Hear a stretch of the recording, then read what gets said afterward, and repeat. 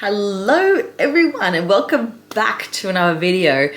If you notice my voice is a little bit weird today, it's because I was screaming so loud at a powerlifting comp on the weekend. But welcome back to the videos. I missed a week because I had my powerlifting competition last week, as you guys might know if you follow me on Instagram. But that went really well and I'm really happy with the results. And now we're training for nationals. So I qualified for nationals and we're gonna head there in a couple months. I think it's in 5 months. So that's really exciting. But today's video is just gonna be a sit down one and it's gonna be a little bit more informative. And it's gonna be a little bit more informative. That's the word. And today's video is 5 reasons that you might not be excelling as quickly in the gym as you were hoping to. I feel like for some people, these 5 reasons might be a bit simple, but for other people, these 5 reasons are actually things that no one's ever told you before. Or people have told you before and you just haven't actually stuck to them. So we're gonna go over them and I'm gonna list least important to most important. So I've got 5 things. We're gonna start at number 5 and then work our way up to number 1 because I feel like we need to end the video on the biggest note. Let's get straight on into the video. Starting us strong at number 5 is that you're giving up too soon and you're comparing yourself to others. When you don't take any supplementary drug, and I'm talking about performance enhancing drugs, it takes a while to build a natural body of strength and muscle, especially if you're a female. Unfortunately, we don't have that beautiful natural hormone called testosterone, which is what men have, running through our blood. Unfortunately, we don't have testosterone, and it does take longer for us to build muscle and to build a little bit more strength in the gym.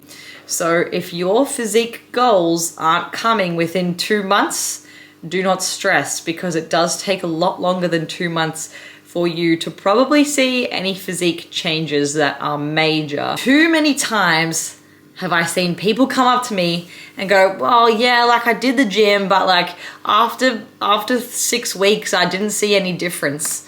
And I'm like, 6 weeks? Girl, that's an intro. Building a strong body takes long, hard work, pushing yourself in the gym, and many hours of dedication. Number 4 on the list, do you have a coach? Or are you just rocking up to the gym willy-nilly, have no idea what you're about to do and make it up on the spot? You should probably get a coach. The difference that a program written just for you makes, instead of something you can buy or something where you just go into the gym and you make it up on the spot, there is no better feeling than watching yourself in your own written program excel over a long period of time. So when you've got a program, you actually have a physical thing to follow and watch yourself progress by. But you'll also have your coach there to help you with technique cues, to update the program for you, to kind of support you in your journey. Number 3, this is something that I've struggled with in the past, and it is not resting enough. This is for some of those people that have gotten literally addicted to the gym and they can't go without a rest day. In this topic too, we can talk about sleep. A lot of people don't really get as much sleep as they think they're getting. I have this Whoop band. Let me just get it. So I've got this Whoop band that's here, if it's gonna focus. There we go. All right, so I've got this Whoop band. It's a little bit manky, but basically it tracks my actual sleep. It tracks how many times I wake up during the night. It tracks my light sleep, my deep sleep, all of that, how long I've been in bed versus how long I've actually slept. It also tracks my heart rate, respiratory rate, which is breathing, my HRV, which is milliseconds between heartbeats, skin temperature, and something else. But basically what this Whoop band taught me is that at night, I thought I was getting like 7.5 hours sleep most nights.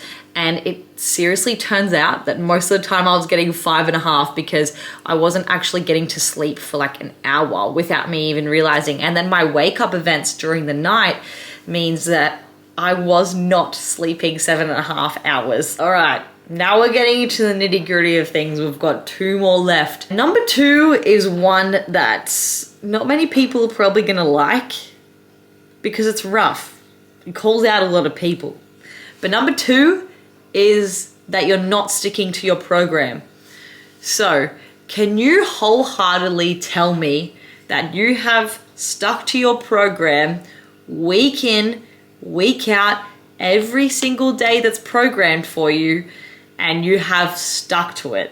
How many people can put up their hands and confidently say that? Making the gym a habit is not going to be a comfortable thing at all. It's like anything. Starting something new is going to be a really difficult habit to build.